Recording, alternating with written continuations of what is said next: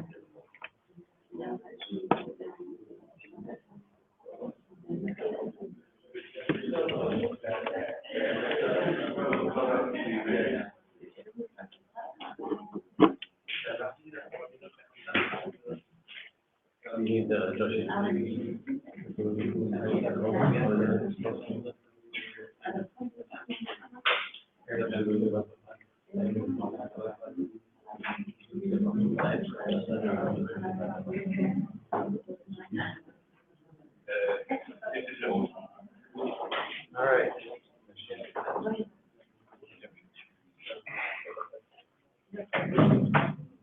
Yeah, we'll do that. I have no idea what that is. Yeah, that's fine.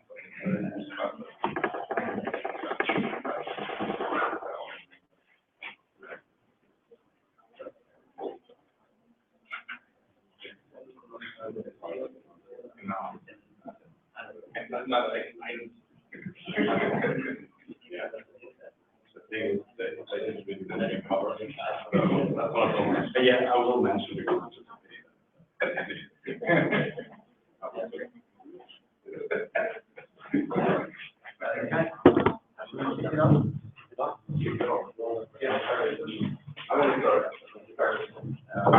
okay. So, welcome to IndieWebCamp Nürnberg 2016. Nice to be here. There's still a couple of people missing. I know they traveled to Nuremberg. They should be here. I guess they will show up later. I'm really happy that you all joined the invitation to come here. It's not really usual to come to Nuremberg because it's very small. Who of you is from Nuremberg or around? I would say it's half. That's great. Well, yeah. And who of you has attended an IndieWebCamp before? Okay, so a couple of you. Quite a few. Yeah. There's multiple reasons. There's one thing I wanted to say. Actually, we have a sponsor, a really generous sponsor. That's OpenSUSE. Probably you might know them as a Linux distribution, whatever, bundler. They're based here in Nuremberg. The sad thing is they are not present.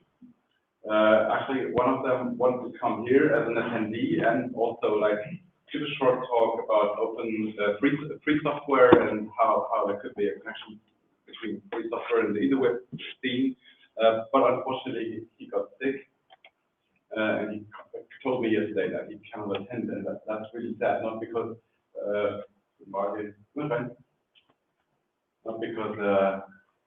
because of the sponsorship, but he wanted to be an attendee and talk to you and network and everything, and he was really eager to meet you.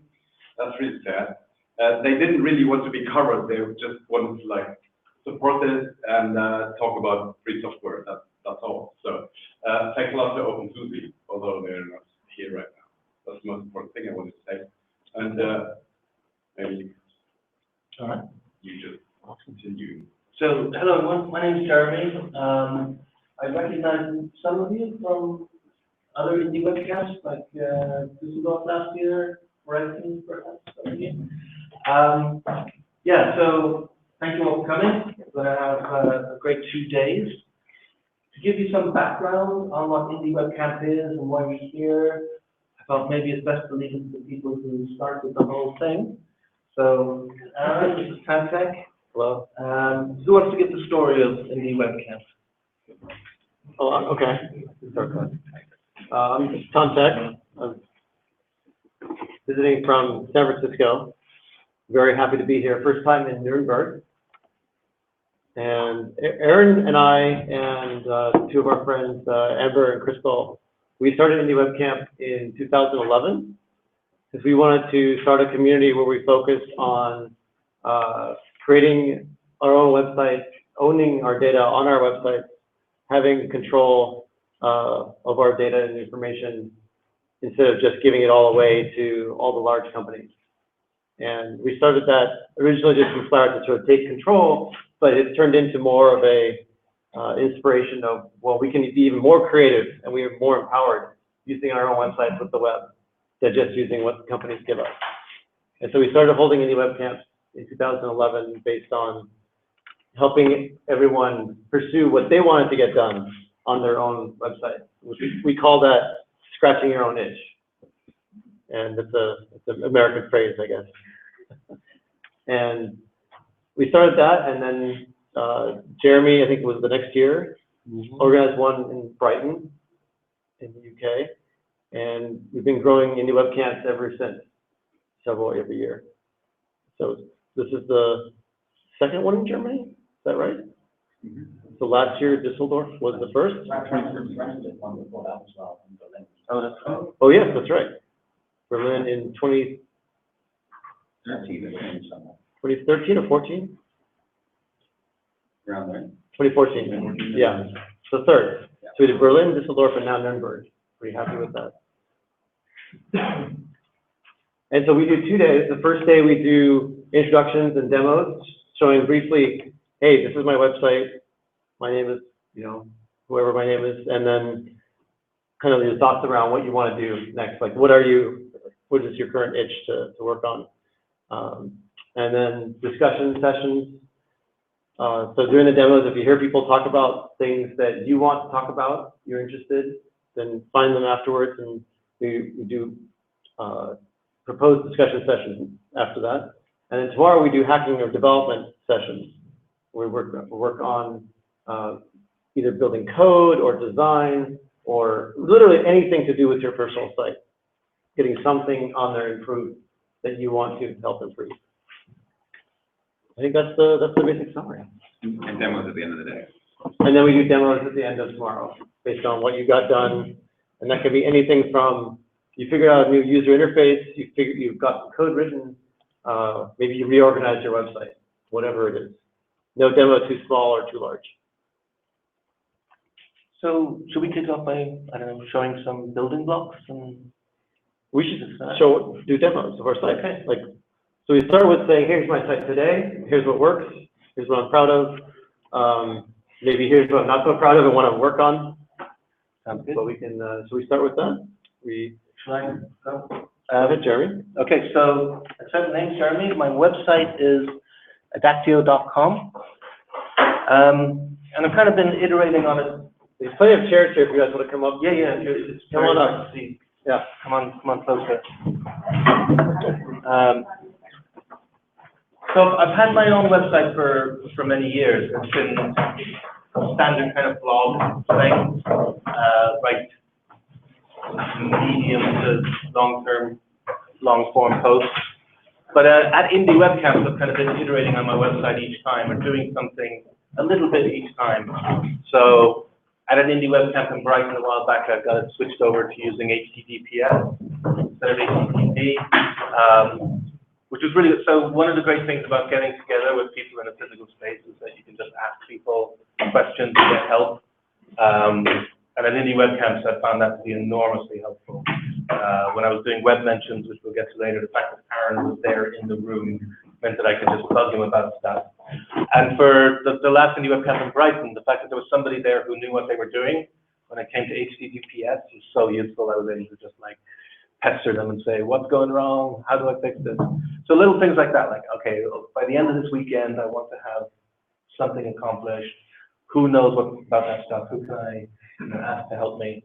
It's really, really handy being in the same physical place like this. That's my advice for when it comes to tomorrow, kind of hacking day. But anyway, my website is actio.com. Like I say, a personal website doing blogging. I thought that maybe one of the sort of indie web building blocks that might be fun to show is that, I think a lot of sites, I have a bit where I link off to, my other profiles on other websites, like, oh yeah, I'm on Twitter and I'm on Flickr and I'm on, GitHub or Dribble. And there's a small thing in the markup for that. Let's inspect. It's that you'll notice there's this attribute on each of those links saying rel equals me, right? It's just saying that profile over there is also me.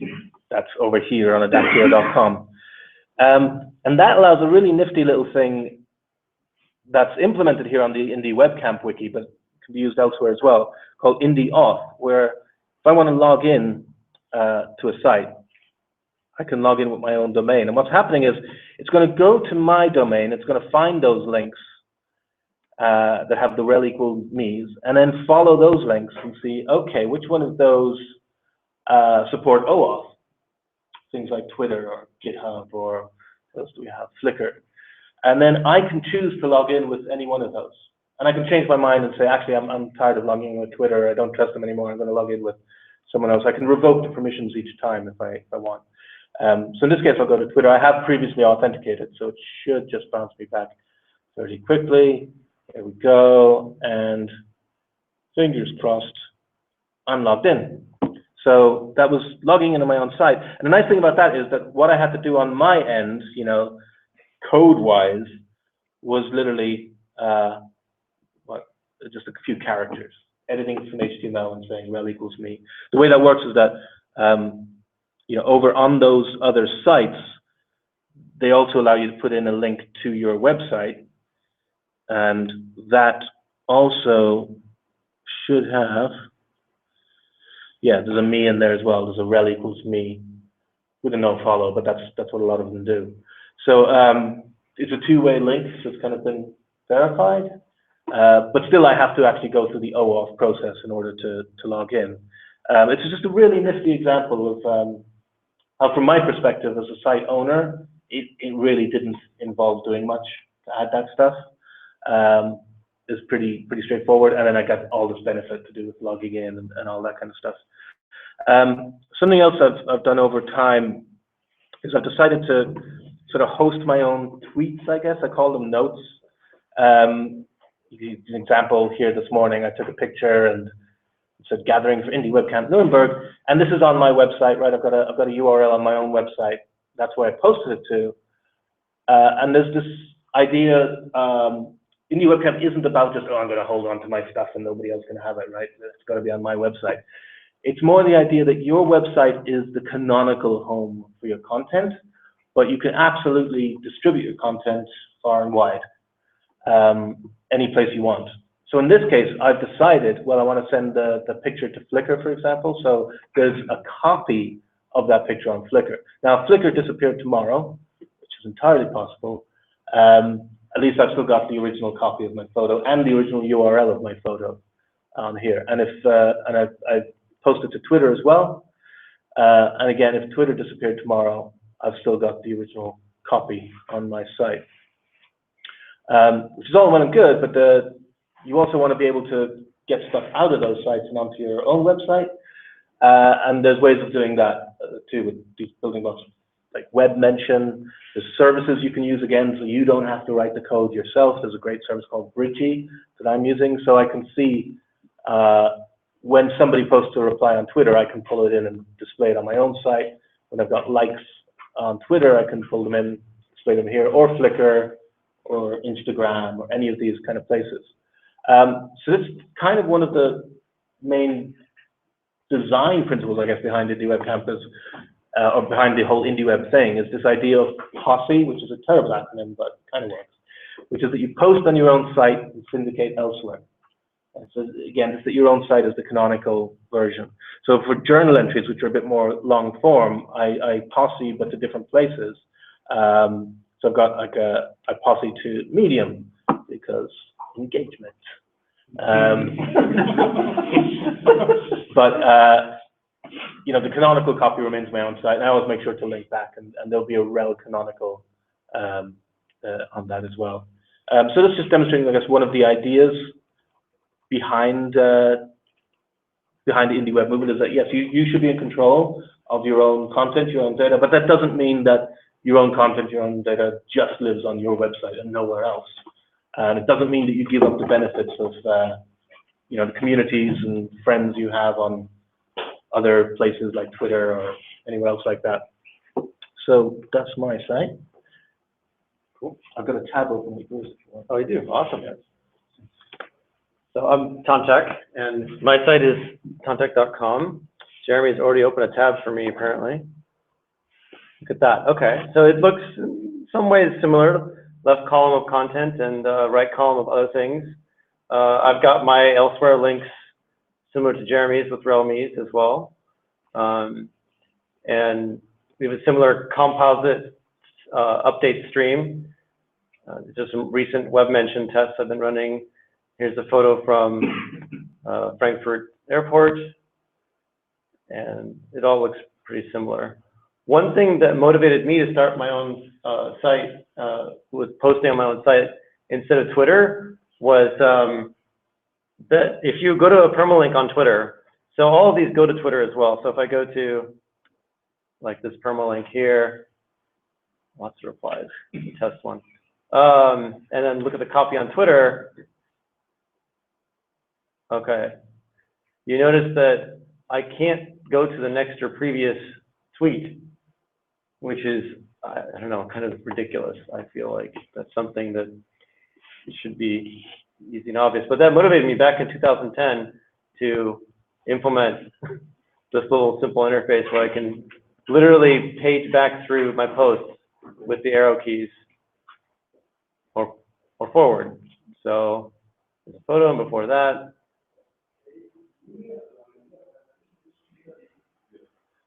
and just, I can paginate back through all the different things I've posted about,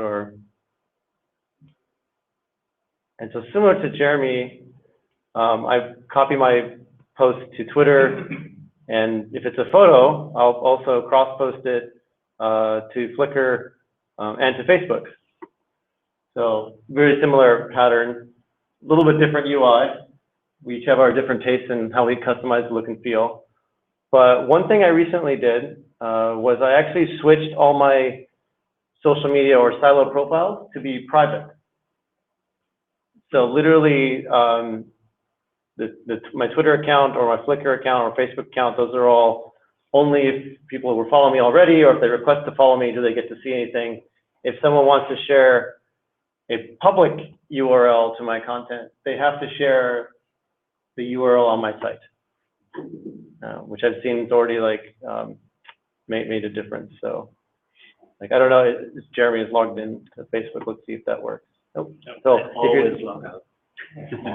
So that's what happens if you're not logged in. It's like, oh, it's not there. So if you want to share that, you have to share this URL, not the Facebook URL. So it gets people coming back to my own site, making a point of saying, I own this content, this is mine.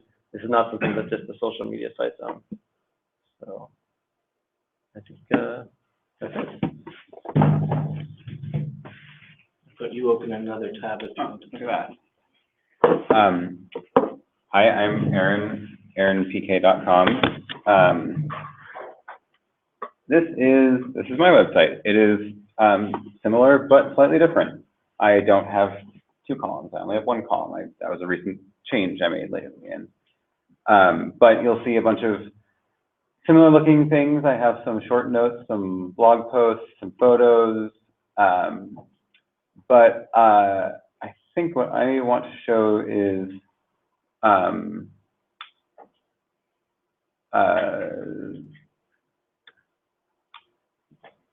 replies. So Jeremy mentioned briefly that he gets comments and favorites and things back from Twitter and Facebook and places that they went to.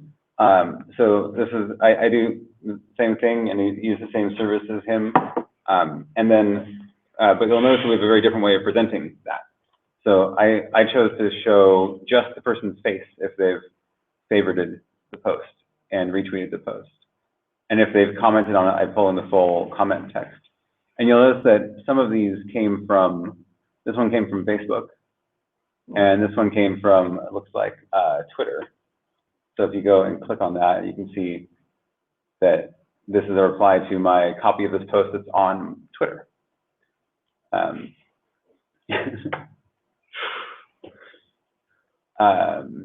I've been studying some German before my trip here, so that's why all these posts. But then what's really cool is that if I want to comment on, I'm going to actually try to log in here and comment on one of Jeremy's posts so we can see how this works directly. Oh, your keyboard's different than mine. I think it's in different space. So I'm going to log into Quill, which is an app that I wrote that I use to post notes. And you'll notice I'm typing in my domain name here to sign in as myself. And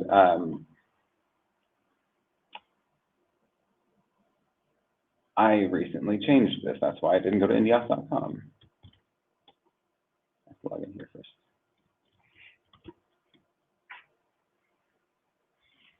I don't remember my password. Let's see if it's that. Don't save it.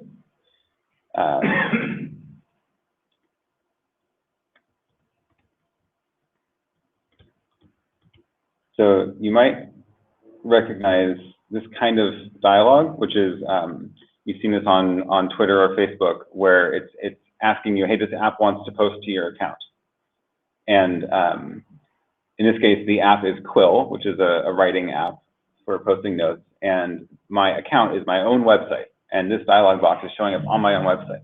So I'm actually going to allow Quill to create posts on my site. So I will go ahead and approve that. And I go back to Quill, and now I'm logged in. So you show comments right away, right? When the web engine comes in? I think so. Okay. Right. So it's good notes to see the most recent. So I'm going to take the URL to Jeremy's latest photo.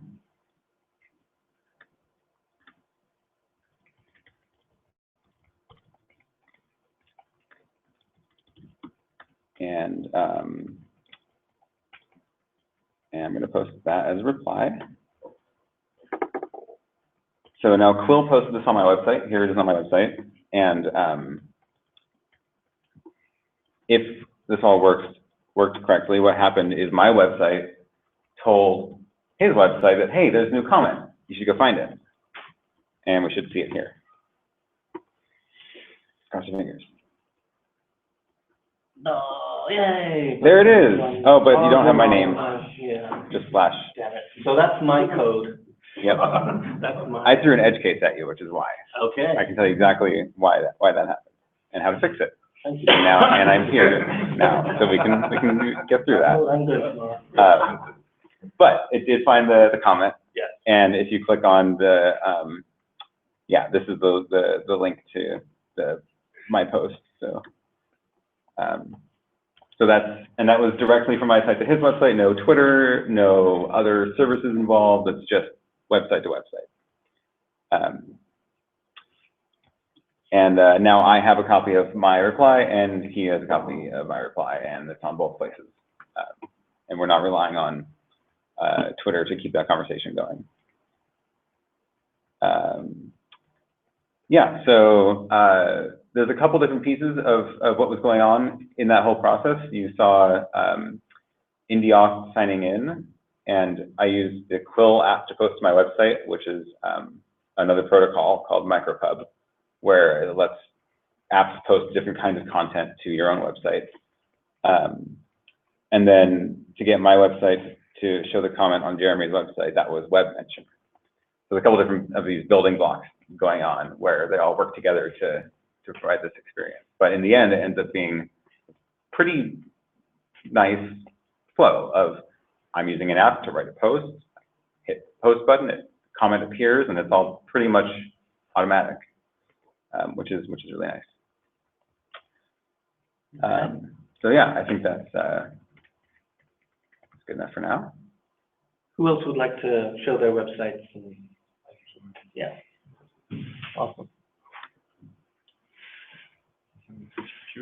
Yes, we can.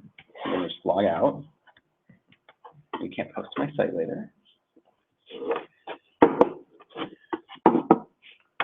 Thank you.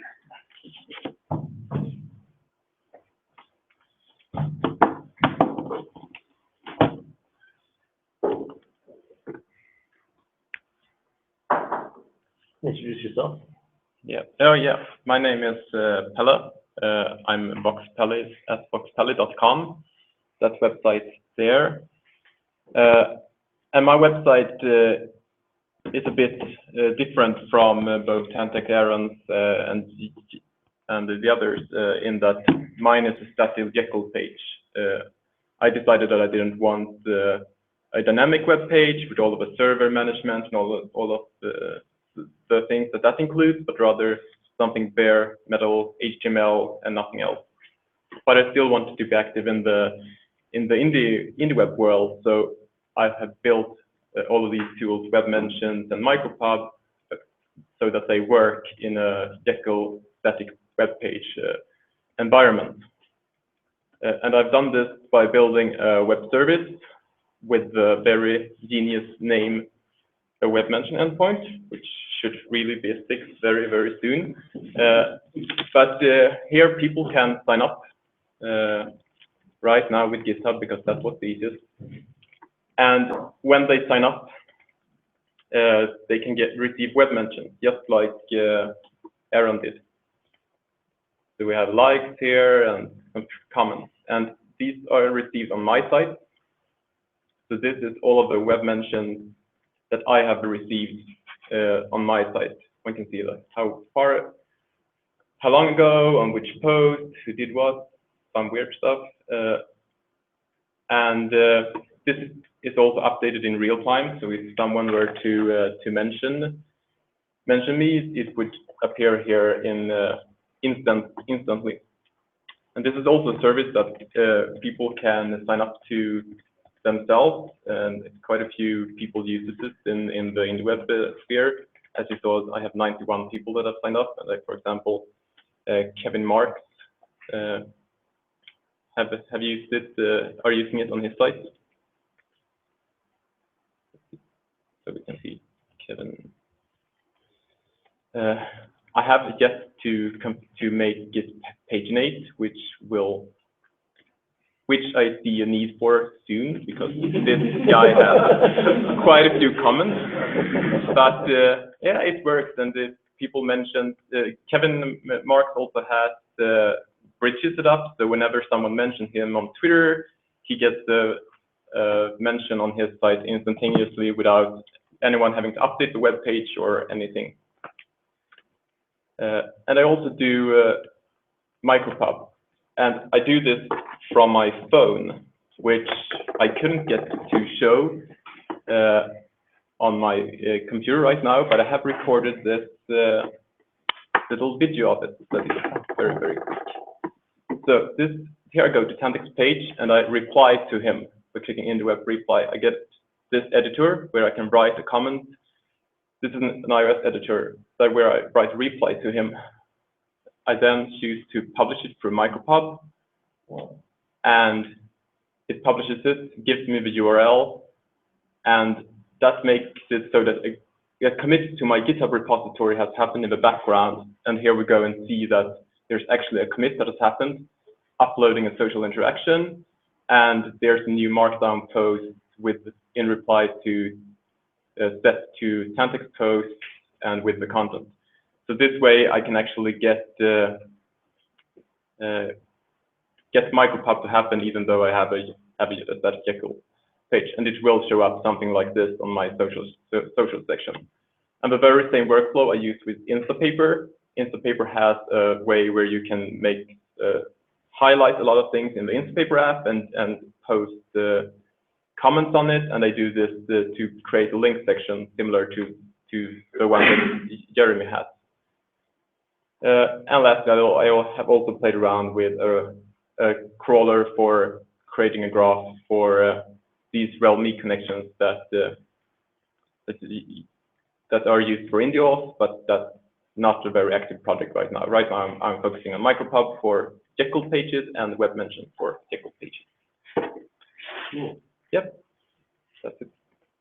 So then you start to see kind of two categories of itches being scratched, which is on the one hand, looking at these other websites, Twitter, Facebook, whatever, what they provide in terms of technology, and it is things like the network effect, having comments and likes and favorites and replying, all that kind of social stuff.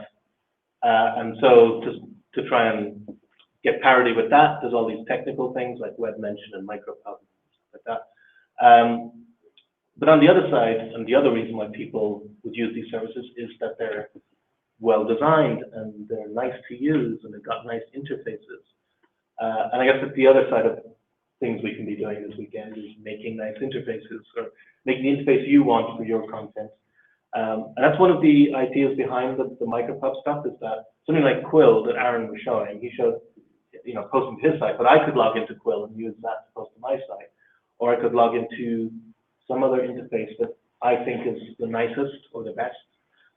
Could be a website, could be a native app, and use that interface to post to my site, which relies on technical stuff underneath, like micropub and IndieWebCamp. But the point is, I guess, that there's all the technical stuff. If you're into coding, you can definitely be doing that. But on the other side, there's very much the user interface and visual design and interaction design that's, I think, equally important, and yeah, it's fun to work on as well. And speaking about that, one last thing that I forgot to show is that in the bottom of all of my posts, I have these three buttons. And while it doesn't fully work right now because I haven't implemented myself the other part because I needed this micropub business, these actually enables one to reply from one's own site. When I click this, I get an option to, okay, let's show that again. So it enabled, okay, that's, come on. It enables me to pick an indie config. So I have configured it with Barnaby's and Kyle Caldeum's endpoints, because that's the only two that I know that works, and I haven't done one myself. But what this basically does is that it loads a configuration that is then used to bring up a reply form. It could be Quill, it could be something else, it could be a form on one's own site, and then if it doesn't find anything, it falls back to Twitter, and that's what happens in this case. But that's it's a technique. Indie config and web action is the technique for making reply, share, and like buttons work in an indie web environment. And it's super hackish, but it works. So where would I make an indie config? How do I create? You make a very small site that registers a protocol handler in your browser, and when you go to when that protocol handler is called, it posts a JSON object to the parent window, and that way it delivers a JSON config that says, go to this endpoint to mark post reply.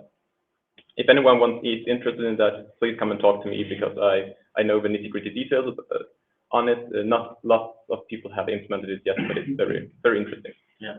Yep. Cool. Anybody else want to show their website? All right. Cool. That sounds good. I haven't figured out exactly how I want it done, but yeah, we'll find another way.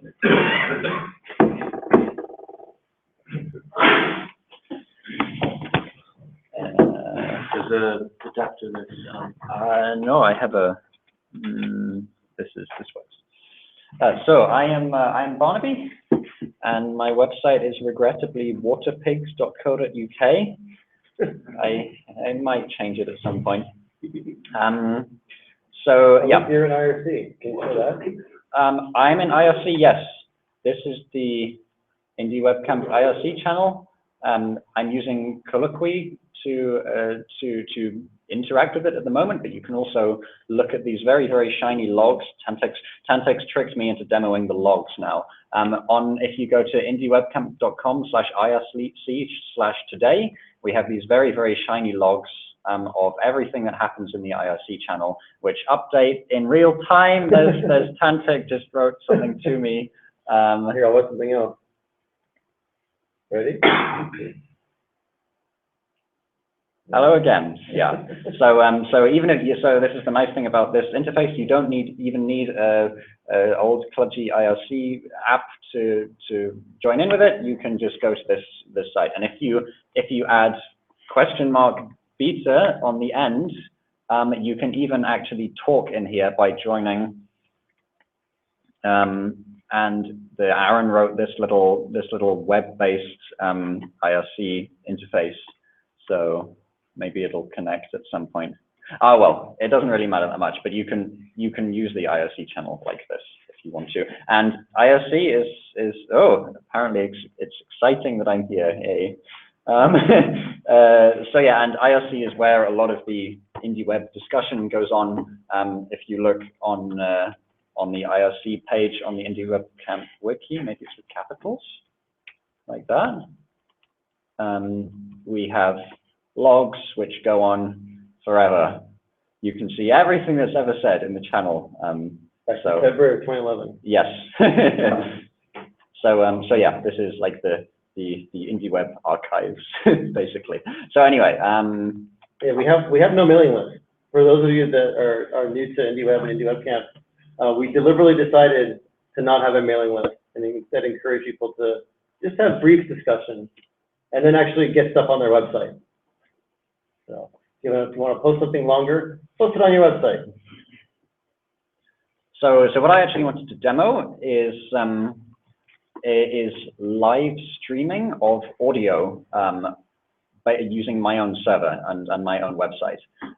So I have a like a note posting interface, like many people who have indie websites. You notice I don't actually have a button that I can click to go new notes.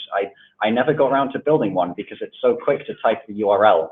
But I recently got, on a computer at least, but I recently got an iPhone for the first time. So now it's very slow to type the URL. So maybe I will actually have to build a button now. So what I'm going to try and demonstrate is live streaming of audio using my own server from Pure Data.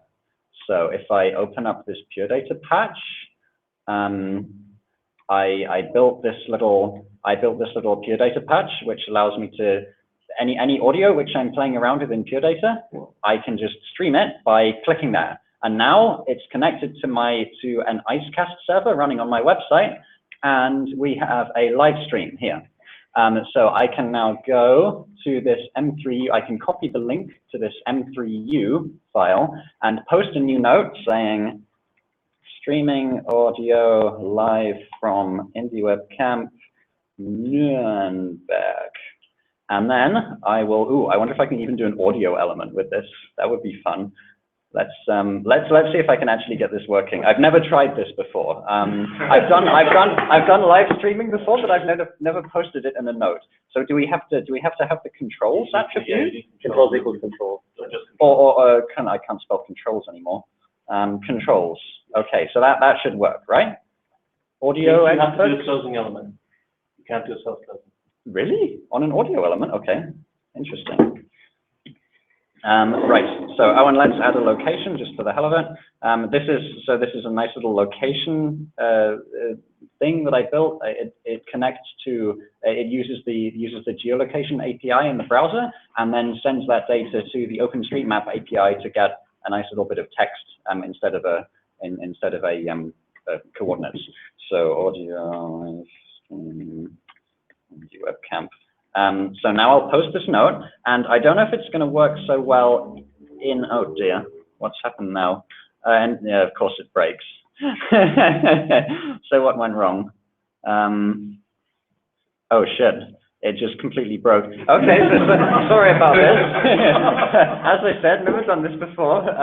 But yeah, maybe someone in the remote participation can go to radio.waterpigs.co.uk and click the live stream link, and then you should be able to hear everything that's going on. And because I'm streaming from Pure Data, I can do all kinds of fun musical stuff with it. So this is not really relevant, but fun. Like I can do rounds. So I'm like, rose, rose, rose red, will I ever see thee wed? I marry that you may when thou art dead. And none of you in the room can hear what the point of that was, because it's not coming out of the the speakers. But if I manage to get this working on my website, then you can go and hear what the point of this was. So yeah, I will stop streaming now. And so this is one of the problems with this UI, is that as soon as I stop streaming, it completely disappears and pretends that nothing ever happened.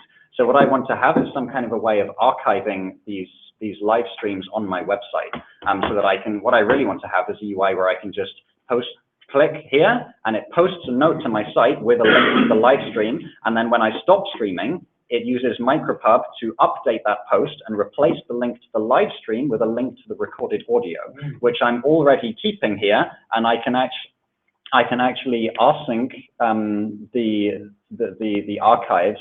So maybe I can find it, but it should be in Icecast archives live.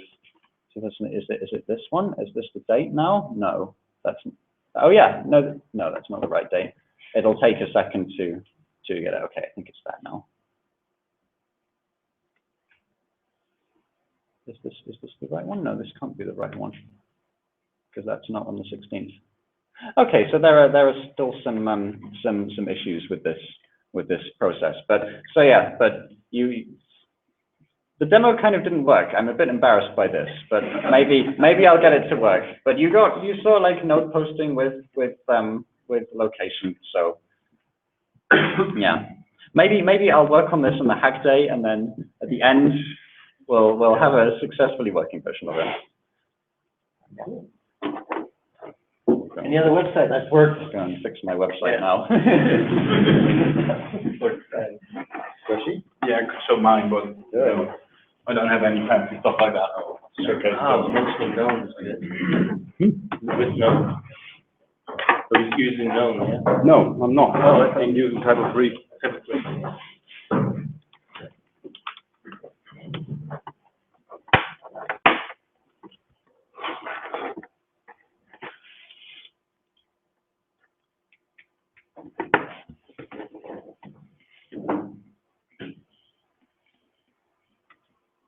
Just a second.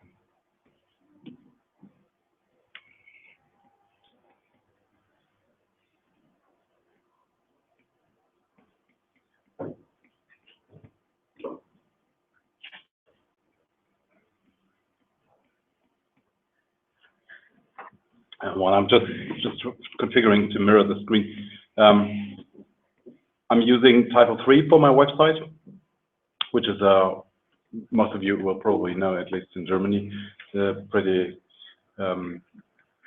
common content management system here. I built my website 2 years ago. That was the first website for myself in 16 years, 20 years. I never had one, actually.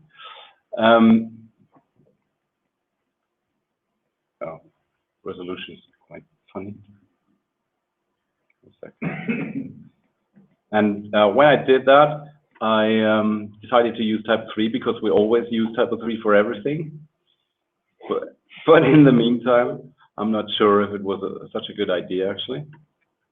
Or at least I think the technology is preventing me from posting more notes and stuff like that. So, sorry. Yeah, that's better.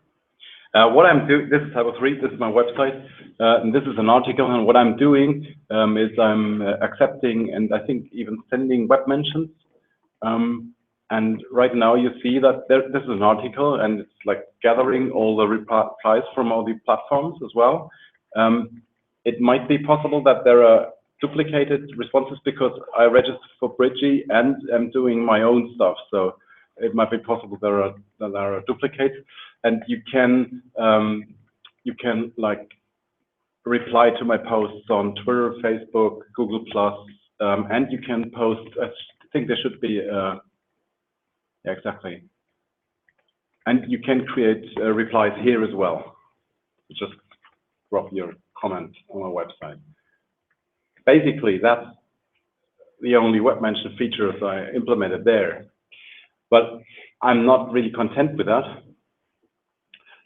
Just because I think I would like to post more status updates and stuff like that, even photos. I'm really interested in posting check-ins, stuff like that, and a lot more. But I don't do it because it's just too complicated right now. And also, I really dislike the thing to like store all this in a database, which is kind of closed concept, I think. So about half a year ago, I started like writing some stuff which is called Apparat. And this is kind of the concept for it. I never showed it to anyone, so this is kind of super new. And I wrote this few sentences just for today because it's far from being productive right now. I'm like constructing it in a set of libraries which are pretty independent. And what I'm interested in, it's written there. I won't read it. I'm interested in posting different kind of posts, and I want to store them as simple as possible, which is like in text form somewhere. I have a concept for that, and it will be very close to the file system. Well, the file system will be the organization for it, because I always think it should work even without anything. So, well, of course, you will always need like electrical power and the computer and the file system, but this should be the minimum requirement for that. And everything on top, like serving it over the web and like styling it and outputting it as HTML, this is all on top. It should always be accessible. So this is kind of the concept for that. And I have some base libraries in place now that deal with like file storage and opening and modifying that files. I thought about a format for storing that. That is mostly Markdown based. And yeah, that's basically the stage where I'm at right now. I didn't have a lot of time recently, but I have no idea if that's realistic, but I would like to have it at that stage tomorrow evening, that there's the first thing like showing up in a browser or something. That would be a goal. Maybe it's too complicated to get that. Yeah, that's basically what I can show. Cool. Anybody else? Who's next?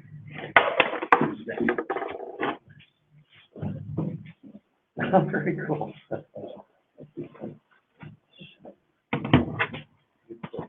Yeah. Figured out that emoji works too. Yeah, but the new thing is the categories. Okay, so I'm Lucas, and this is my website. And the interesting thing about this website is that it looks like an indie website, but actually I'm just like I'm pretending to be IndieWeb, because I'm actually delegating all the hosting to a silo, and that silo is called app.net. You may have heard of it. So so basically app.net they launched a few years back, and they said, okay, we'll be like Twitter, but we'll never shut down our API because we have a different business model. And so the service has not been that much successful, but I have decided, just because I liked it, okay, let's build something on top of app.net. And so basically what this site does is it takes all the posts from the API, and it renders it in an interface. And it also takes, if I open some posts, then you see like these things, replies and favorites and reposts and replies. Those are basically just taken from app.net. So this is nothing IndieWeb, but you could take this then and but you can treat this like IndieWeb. Like if you look at the source, it has all the things like micro formats, and also it presents everything in the IndieWeb style. Even though the conversation, everything would be hosted on app.net. And there's one interesting feature here, and that is it also supports web mentions. So let's take this post for example. You see it has a reply, but that reply is not coming from app.net. That is actually an IndieWeb reply coming from this site where he replied to me, and just want to show this. What I'm actually doing is because I said, okay, I'll delegate all the hosting to app.net. What I do my own reply to this post through the API where I'm linking that, and because the API allows annotations, I'm saying, okay, this kind of post which I made through my own site, that is it's a web mention reaction, and so it looks like this when you see it in a generic app.net client, but on my my website it looks like this. Yeah, and as I said, this software is called PHP ADN site. It's completely open source. So basically, if you have an app.net account, you just get this up and running in 1 or 2 minutes, probably. But what I'm doing at this moment is also just because I want to go more into hosting my own stuff. So I'm still using this architecture, but I'm using the is what is called Pesos, like publish elsewhere, syndicate on your own site. So I have written a plugin for this, which takes all the content and also creates the archive on my own site. So even if the app.net service would be shut down, I could just say, okay, now you can serve everything from the local storage. Yeah, that's cool. Basically it. Very cool. Who's next?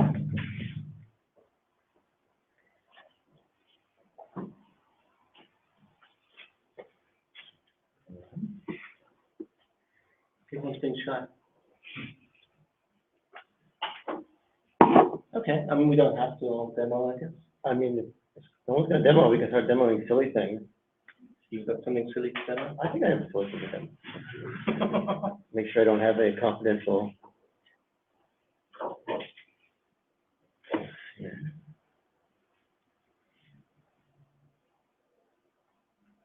Go back. Because actually something might be nice to show.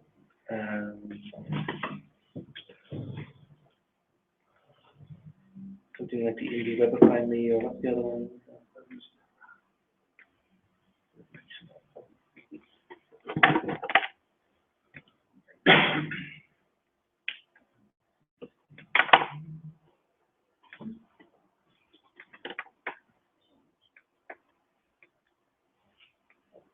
I think if you give me a minute, I can show web mention. Sure, do it.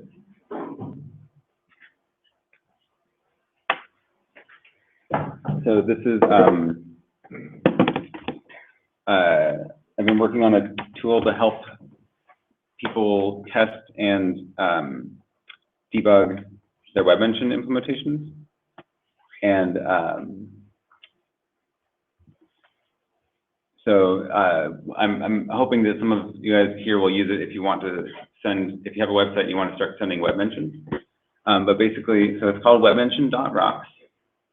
And it has a whole bunch of different kinds of tests of ways to find the web mention endpoint. But the important part is that on the test, it basically it pretends to be a post by somebody, and it shows comments and things on the post. And so here's all the people who have been able to send web mentions to it. Quite a few, and some other kinds of things as well, including some emoji.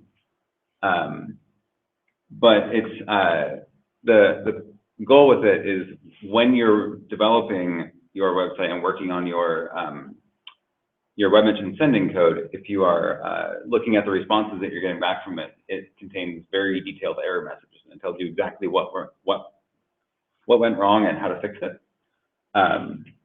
instead of just sort of generic errors that most people's actual sites will throw.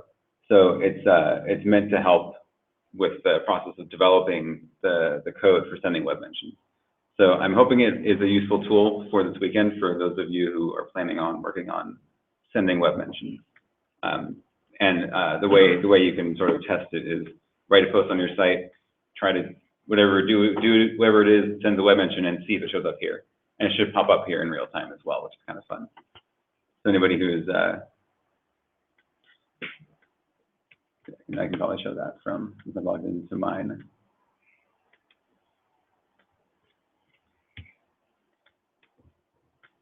So if I have a little button in my browser for favoriting posts. So if I click this, it should post the favorite, and then you should see it pop up on, hopefully in a couple of seconds, it should pop up over here. I wonder if I broke that when I refactored everything. Yeah, the real-time part's broken, but there's my like. So that's the sort of test, is like post this thing on your site, see if you see it over here. And if you actually look at what it was sending back and forth, it's got really long messages that explain what happened. And then once you have one of those working, then try to get it to show up on all 21, and you'll find all sorts of edge cases in your code. And then there's a new one down here as well for, it's a little bit more complicated of a test, but it tests if you are correctly handling updating posts. So if I first write a post and then I go and I add a new link to it later, it tests to make sure that you're sending web mentions appropriately to both places that you now link to. Hopefully it's a useful tool. What were you going to show, Tantek? Okay. I'm going to show a couple of things I got working this year, which I was actually pretty proud of. One was, okay, let's see if this actually works.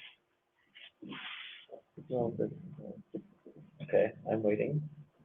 Whoa, that's a crazy resolution. Match this built-in display. Displays. If you just do the built-in display one from the drop down. Oh, does that just work? Yeah, and send it back to whatever you had. This one? Yeah. Look at that. Nice. Glad somebody understands technology. Okay.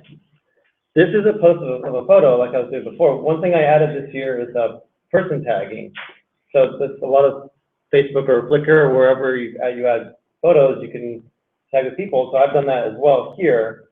The cool thing is I tagged all these people on my post, and then I used a service called Bridgie Publish that automatically cross-posted the picture to Twitter, Flickr, and Facebook. But in addition to cross-posting the photo, let's see if I can show this here. Here we go.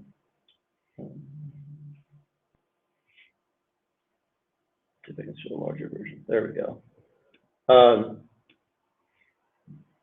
Some of the people tags also got cross-posted. So all of this was done automatically by Bridgie, where it posted the exact same text, the photo, the text, and then to originally publish that with my original permalink, and then with the people to tag locally with their local URLs on Facebook. So I thought that was pretty cool, to be able to person tag from my own site. And then the other thing I got working and cross-posting was videos. So I don't know if this will work here.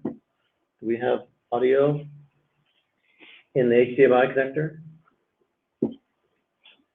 Do we want to do that? I don't know.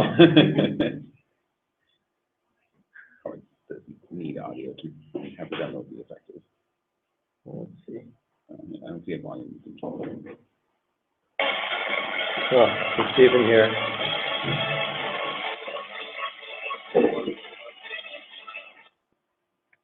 Now, the thing that was different about this post on my site, which is better than the copies on some of the Posse copies, is that I'm using a feature, an HTML5 feature called poster frame in the video tag, where I'm showing a very specific frame of the video as an image.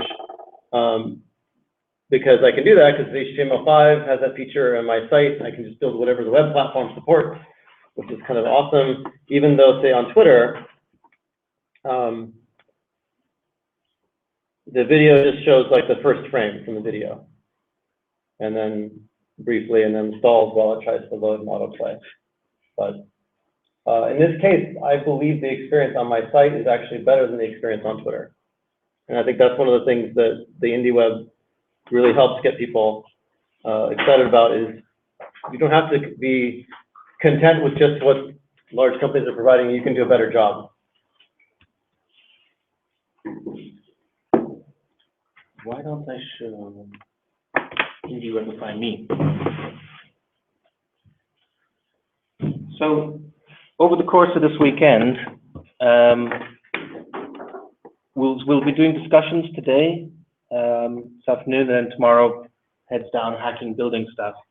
And I'm guessing there's going to be things at kind of different levels. Like some of us will be maybe working on fine details of web mentions and micropub and all the nitty-gritty stuff, because we've already got to a certain level, whereas other people maybe are just starting out and it's more about the building blocks.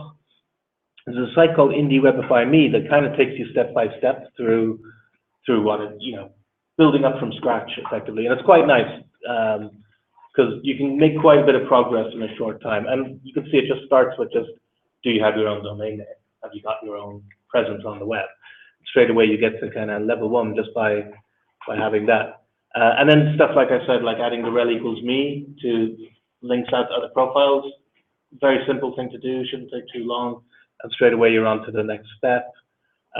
Using microformats markup. So this is how, when you send a web mention or you're receiving web mentions, how you know which bit of the page is the post, which bit of the page is the reply, is simply marking up the HTML using H-entry, a microformat. It's just class names in HTML. So again, simple building blocks.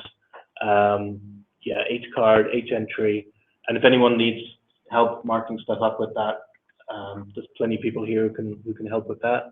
And then we start to get into the web mention stuff, and then sending web mentions, receiving web mentions, all that stuff to do with conversations. But it's just quite nice that there's one place where you can go where you can kind of step through it step by step and see the progress. There's also this idea on the IndieWebCamp wiki that goes into more detail of the kind of levels of leveling up in your indiness, I guess. What you have on your own website, what you can start adding, and getting into more complicated stuff over time.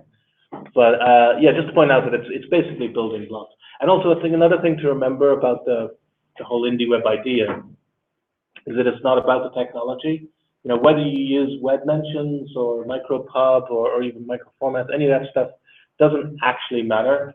It's more about you've got a website and you're publishing your own content. We've kind of all gravitated towards these little technologies because they seem to be working well for now. But if they were to change or we found some better way of doing it, we'd change the technologies we're using, because it's not about the technology. It's about having your own website and publishing on your own website. Okay. So yeah, when it comes to figuring out what we'll be discussing this afternoon, I'm guessing there might be quite a wide range from very beginning kind of stuff to how do I add rel equals me, how do I add some classes to my HTML, or even how do I get set up with a domain name, or where should I host my website, stuff like that. That's a great question to start with, actually. Who here already has a domain name that they want to work on? We actually ask the opposite question. Who wants to register a domain name or needs to get something to work on? Everyone has a domain name already. How many do you do that? Well, I'm not going to admit. Awesome. Well, everyone's got a domain name. That's a great start. Yeah. Yeah, domain name, hosting, and then take it from there, I guess. And we can have discussions about the technology, like what CMS people are using, what they like about those CMSs, what they don't like. Yeah, some people are using databases, has its ups and downs. Some people are using static content, has its ups and downs. Yeah, we can share ideas and experiences about what's good and what's bad about those kind of things. And yeah, interfaces is the other thing. You know, I'll show you my interface if you show me not yours. You know, what works, what's good, what's bad. On my site, when I want to post a note, I'm sort of logged in on my own site, and I've made this little interface here where I can just it does a randomized question each time, and I can post it. And I've got these little toggles for syndicating or possying out to the other places.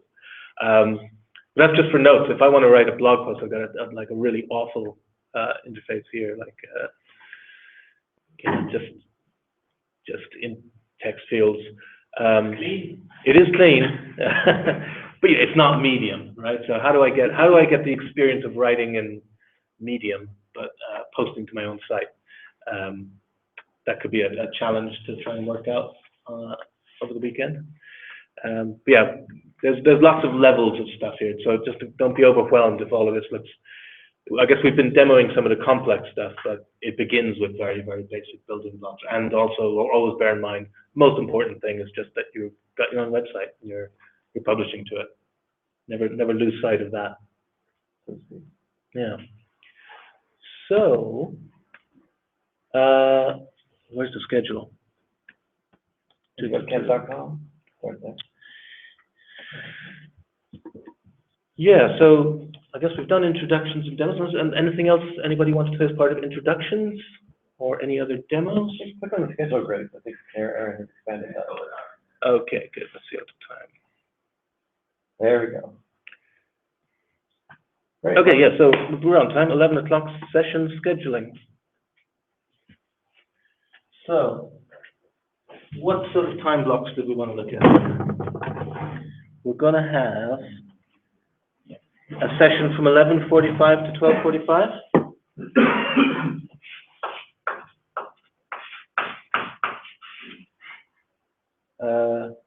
At 12:45, we're going to have lunch.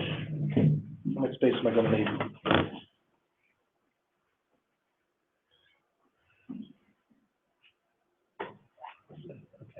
There's about 6 session slots.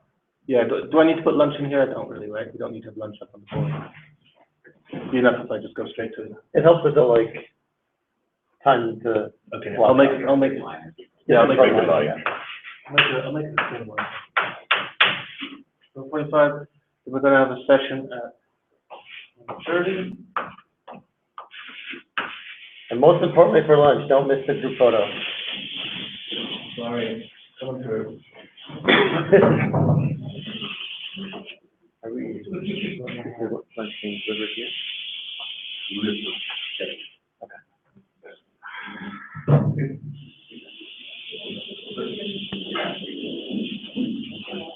Do we have?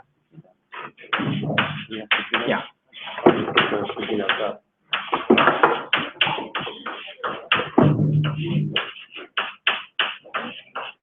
So who here has been to a bar camp or some other camp, something ending with word camp? Okay. So you'll be familiar with how this works, which is basically organized chaos. All we have is time and space. So we're going to try that we kind of have 3 spaces. Number 1 will be this area over here. Number 2 will be this area here. Number 3, this area over there. We need to name those, I think. So if anyone wants to. ABC. A. We call 1 A. 2 B. C. Okay, that works. And then time-wise, we'll have an hour per slot. Although make it more like 50, 55 minutes to allow people to move between slots. I'm going to run out of space, okay.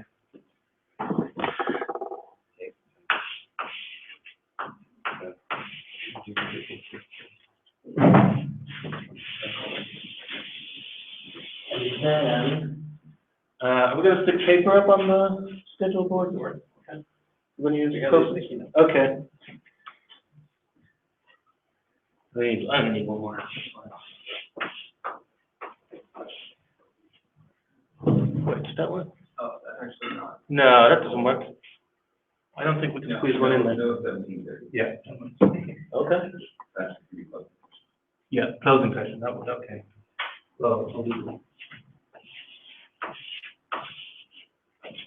yeah, so today will be discussions, chunked together, and then tomorrow we won't have this, we'll have this be around and stuff, and helping each other out and building things. So, Mr. Keith, we've got some sticky notes and pens. Want to demonstrate for us how to propose a session? yeah, okay, so, something I've been doing, on my side is, we look at Google AMP project and saying, okay, can I publish an AMP version of my posts? I'm not sure why I'm doing it. But that could be the discussion, is, you know, what's the point? So I said, okay, I want to have a discussion about Google AMP,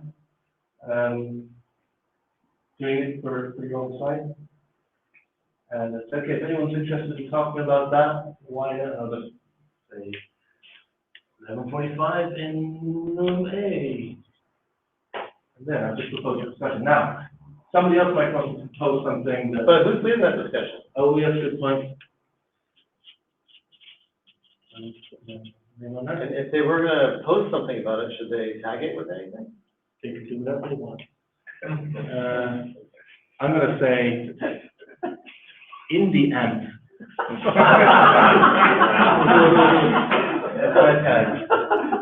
Indie AMP, okay. Well, of course, somebody might post something up here, well, actually, I really want to go to that, so I'm gonna change it up here. Basically, we'll move stuff around, or somebody else does something that's really similar to this, like, it might not be about AMP, but something similar, and go, you know, maybe we can combine and have the discussion together. But to begin with, just grab a post-it note, write down the topic, write down who will be leading it, so you, and a hashtag. Engagement. So it could be any topic, Any topic. We'll take it on. like cooking. Yep.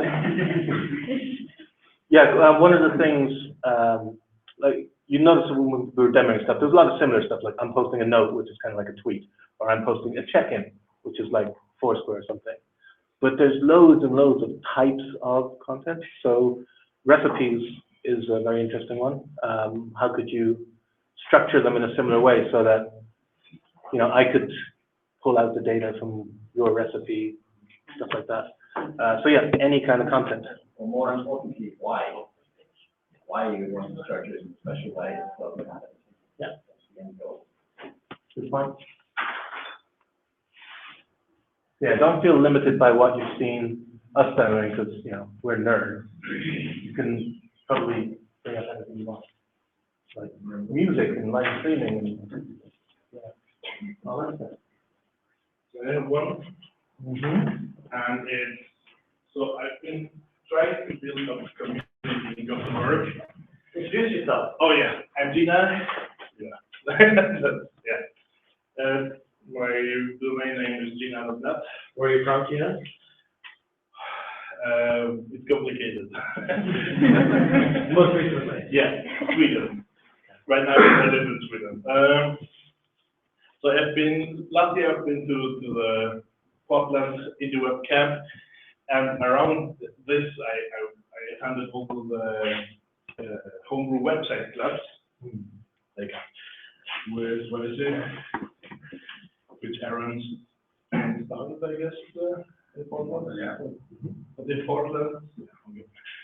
So anyhow, I wanted to have this also in Gothenburg, and I started it, and it went quite okay, but mostly only people from my company are coming. So I want to talk about how to engage more people which I don't know yet.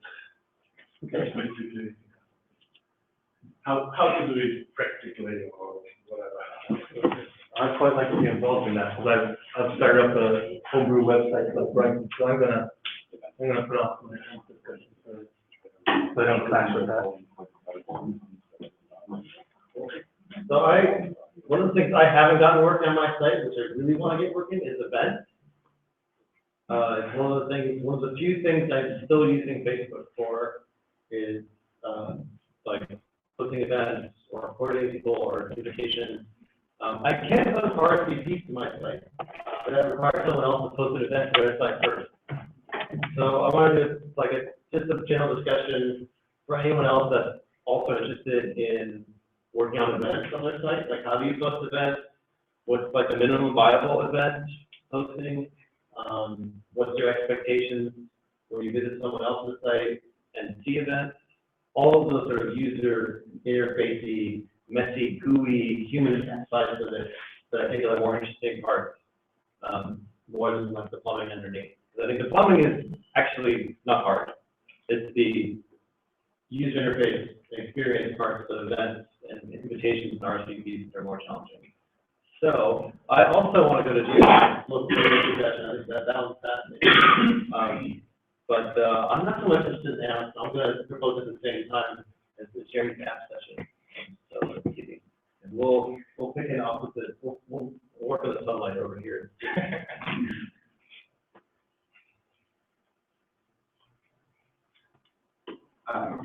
I have a web engine card here. I would love to help people sort of deep dive into web engine and learn how to do that. I have a feeling I'm speaking for a few, I'm speaking, proposing a session on behalf of everybody, but I'll be happy to lead it. And this will be down in the technical bits of looking at all the code and markup and stuff. So hopefully if you already have a website, that's a great place to start. We'll sort of start there. You have a website and ready to start sending web mentions.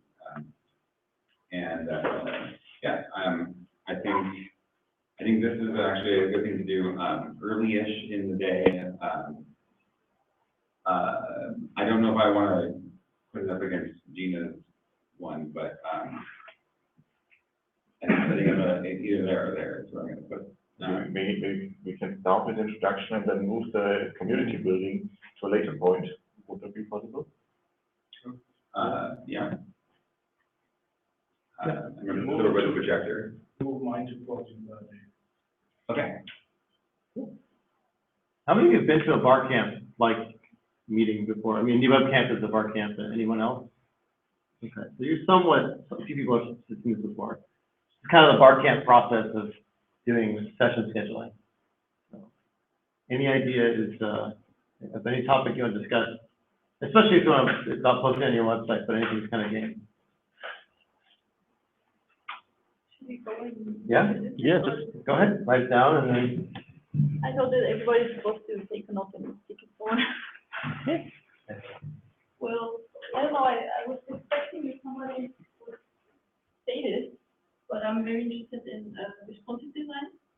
I don't think that everybody has a topic that's remotely related, maybe the engine, but not really. Because this is the. I think that could be its own. Yeah, that's definitely a good I'm not session. sure I can stay so late. This is the first slot. We have another lecture or something at 3 o'clock.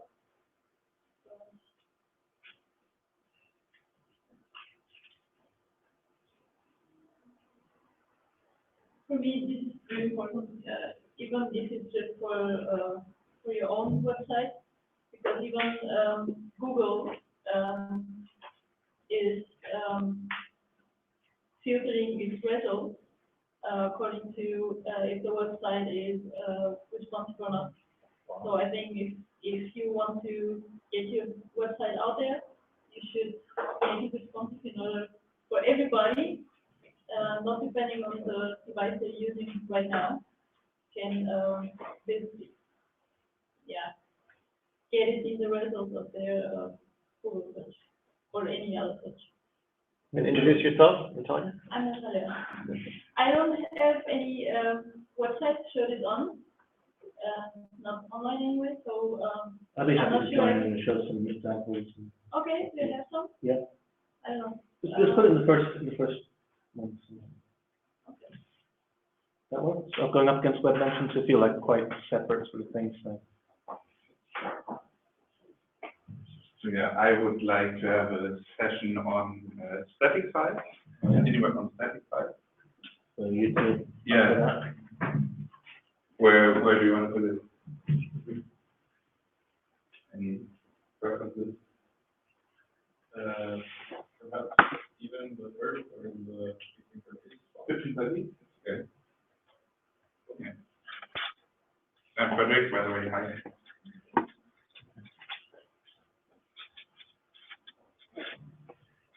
Go for it.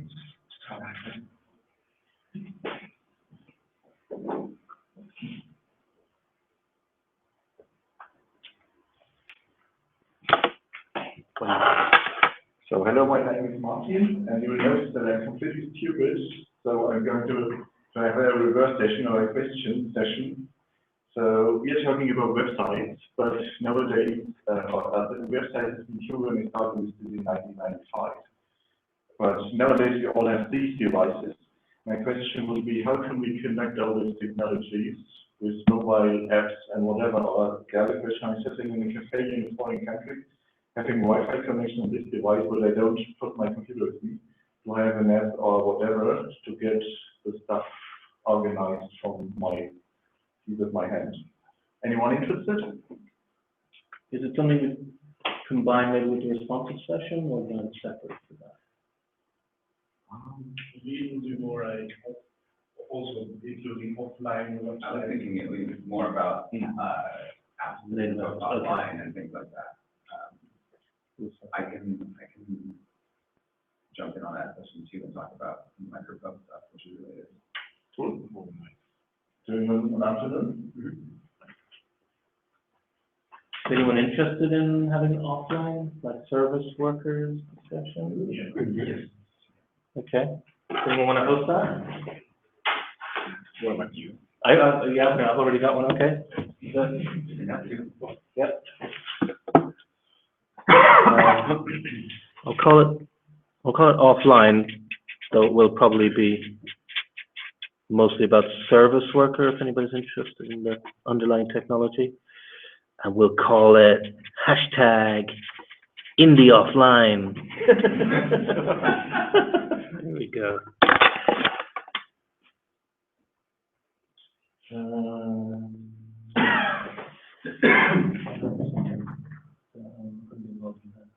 Is anybody actually interested in the AMP stuff?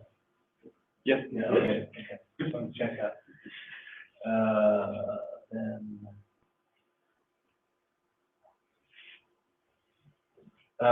static site people, if I have this at the same time, static site, yes.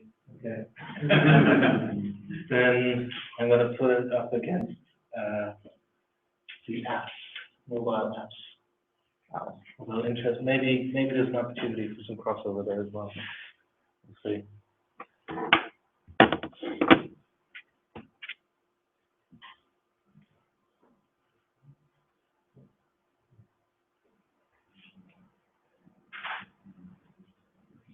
So I have one that I would like to discuss, which is the sexier details of things, but taking opportunity now when there are quite a few people here.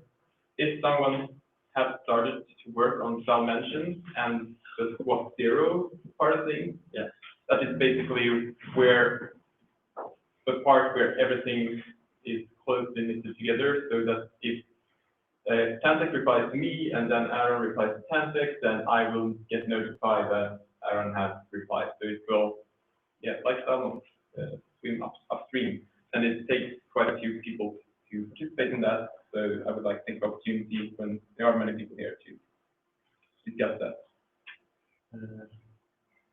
Anyone interested? Definitely interested. Yeah. So where should we put it? We make it a afternoonish thing, or should we make it? Definitely after web mentions. Yeah. Should we? Oh, no, so You can't. You're doing that. yeah, doing the site.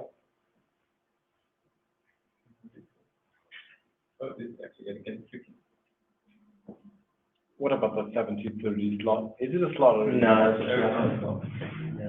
So we perhaps move something Yeah, let's move some stuff around. around. So perhaps we could move the static one to this place, so that we have how to build the local community and static slides on the same time. Is that cool? Yeah. No, okay.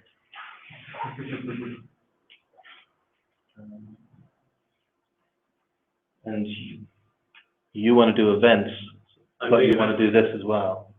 I don't have to, but I would like to, yeah. Yeah. Okay. I mean, I think that we could maybe put it up here, because if you are starting out with web mention, then probably this is like web mention 2x3. So It's like advanced web mention. Yeah. Versus introduction. But Aaron, how would you feel about that? I find things. Yeah, okay. Did you put it up here? Sure. Nice. Great. Okay, so if anyone's interested in talking about user interfaces and technologies for publishing multimedia, audio, video, live streaming, or on our own websites or using our own servers, then I would like to talk about that. Where would make sense to do this? You probably want to use the projector. How about next to static site? Yeah. Yes. Does that clash for anyone? It is pretty. Hold on. Yeah. Okay. Hashtag indie music to confuse people.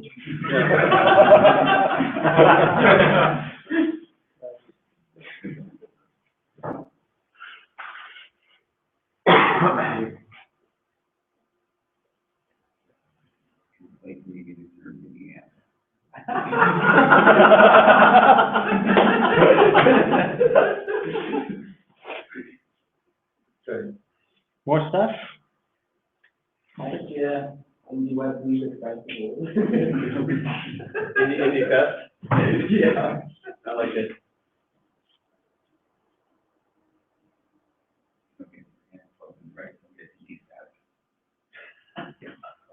And then we can backfeed community feedback. Somebody else has something, or I will have one more thing, which I'm thinking about, but, so everyone here, if you have a website, then you also have a homepage where people come to start their journey on your website. So how should it be designed? What should be there? Should it be just like a stream, which is super boring? Or should it introduce you somehow and show the nice pieces of your content and so on? So that would be, and I think I would Put it at 15:30. Because I want to do that, and I have to not go to the others. okay. Cool. So if people aren't interested in the community discussion, what would you like to instead? Because that's one that's certainly got no competition. I would have two things I'd like to talk about. One thing, but I would like to ask if anybody's interested before I write down, because I made a session on it last year in Düsseldorf, and we were 2 people in that session. And the idea is, okay, so the IndieWeb is based on the idea that people identify as the URL, and then many mobile apps like WhatsApp and stuff, they have introduced this concept, like emphasize again the phone number as an identifier. And how there are like technologies like Enum where you can map phone numbers to websites. So how can we how can we map different kinds of people identified, especially like phone and web? So would anybody be interested in that?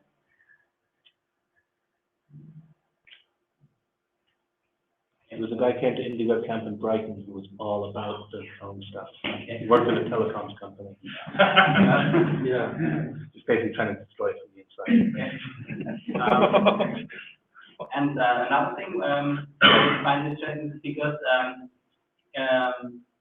how people like who don't have their own websites can participate in the IndieWeb. So the idea is that the IndieWeb is a lot about communicating with silos, but as And we've seen like with Twitter and API Twitter and Facebook and API shutdowns, most sites they are not very IndieWeb friendly. So it's probably like even having this site, so then using Twitter to communicate with people who don't have their own site is maybe not not something which is viable in the long term. So just kind of think out, okay, can we design tools which are designed for people who don't have their own site but want to participate in the IndieWeb, kind of like IndieWeb friendly styles or tools.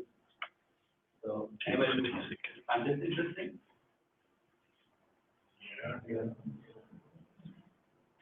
Okay, so then maybe I write this down and just put it up again. Yeah. Yeah, write it down. So I think I actually want to go to the homepage questions, so I'm going to move my event to the bottom 1630 session. No? Oh, did you want to go to both? I also want to Facebook. Yeah. Mobile. All right. Want to keep it up there? Maybe we move the homepage about 1530. 17:30 is in the slot already.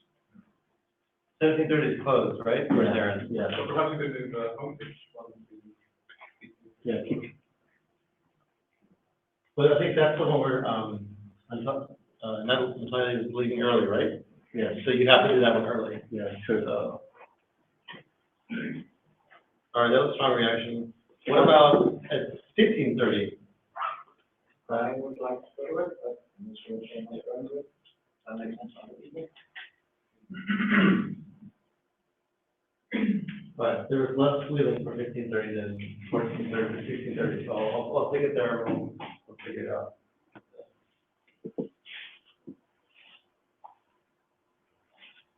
I think we can be doing a lot with the homepage as well. I'm definitely fascinated in new ideas for things we can be doing there, different things than what's so I think it's a great topic. It's also a good early topic to start with.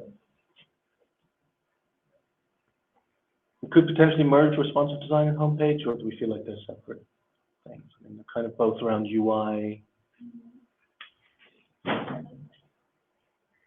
Thoughts? Yeah, could be. Oh, we have two. Well, if you didn't really prepare anything, so. No, there's nobody. Yeah. So that's why I don't mind. I could imagine there being some convergence. Only if we need to, I guess it's okay. I'll do some.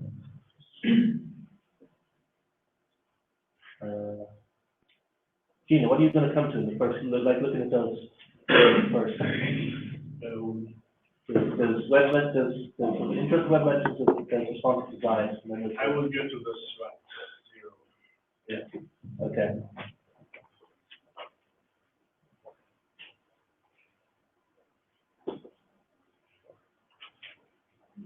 Okay, good.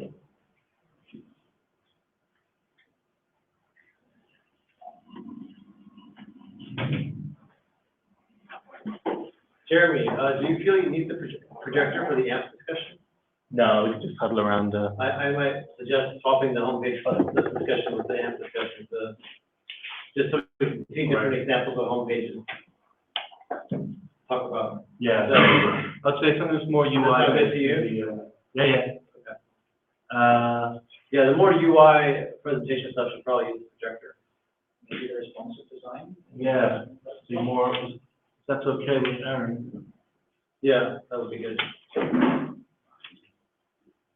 I think we want to project the events.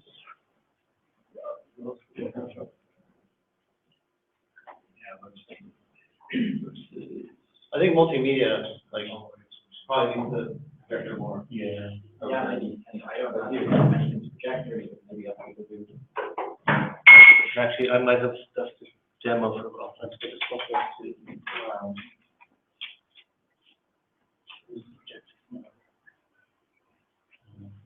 Yeah, like B is the smallest space, right? So that's very nice. This feels like it's going to be popular.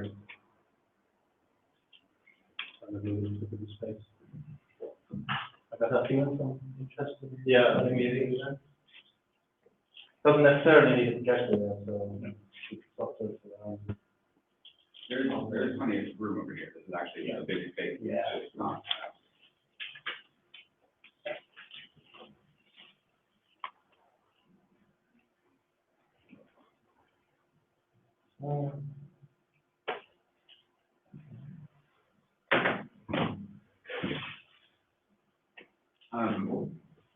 Can we, maybe swap order and swap zero thing on side to show hands? Oh, yeah, who's going to the stream? There's responsive design over here. Web mentions, intro, getting started. And then swap zero. So that's about right then.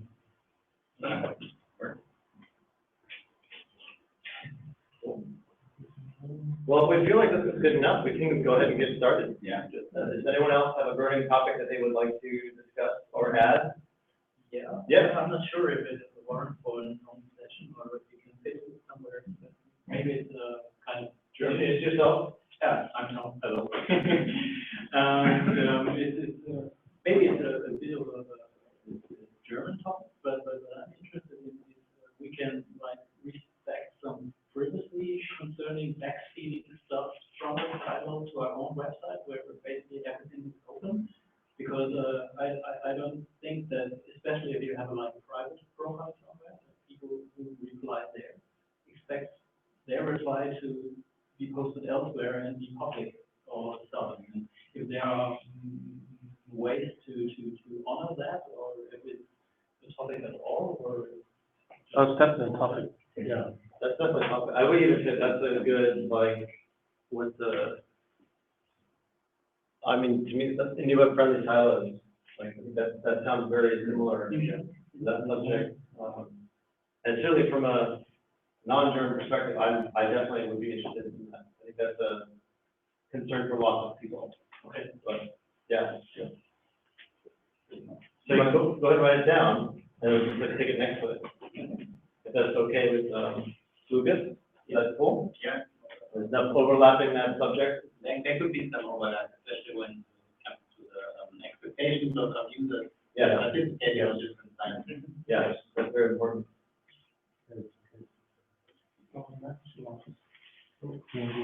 Yeah.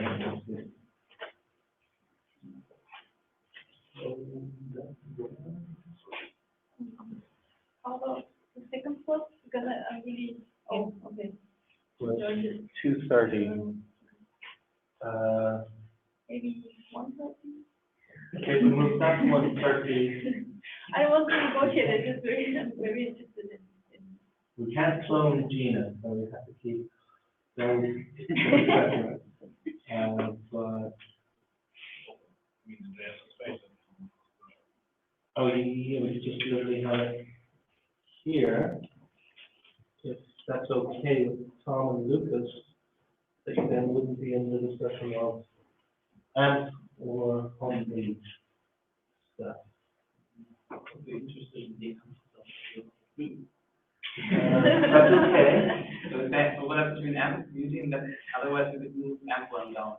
Yeah, I was gonna come to the community, like you say.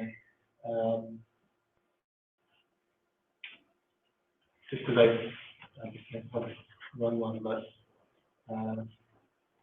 I'd be okay with that.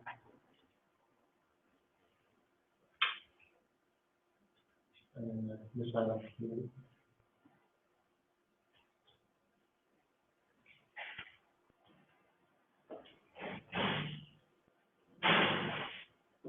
Does that work? I mean, the only thing we tell you is that then you wouldn't be going to the homepage one, which might tie in with the responsive design stuff, it might lead on. But that's your cutoff point, right?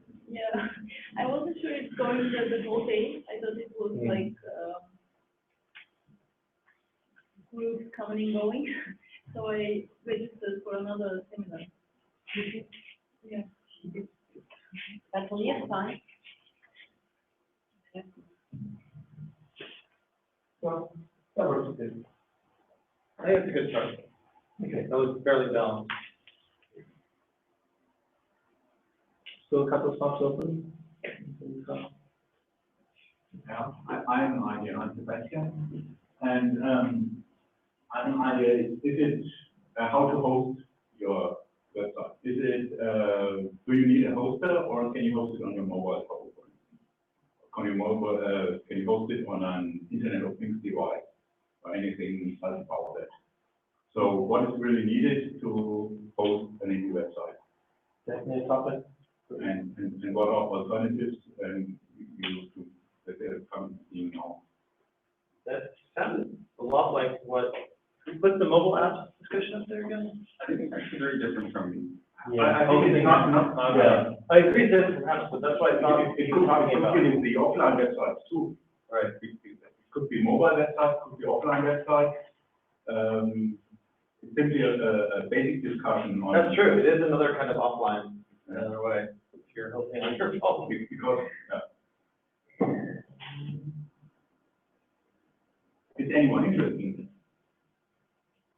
I'm the only one, okay. In a previous IndieWebCamp, it's almost always been a discussion, the indie hosting. Particularly here in Germany, there's a number of companies that are making products for exactly that.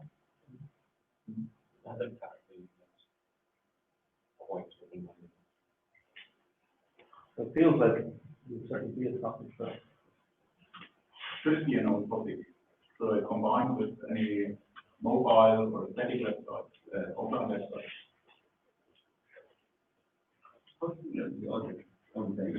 You can put it on a sticker and put it like off the side and see if put it in later as things go on to lunch. You put it when you're missing service workers and offline apps or mobile apps or different things. Yes, I will be talking about your website. Your website apps are probably Yeah. mobile apps, footage, somewhere, there, like, Yeah. anyone.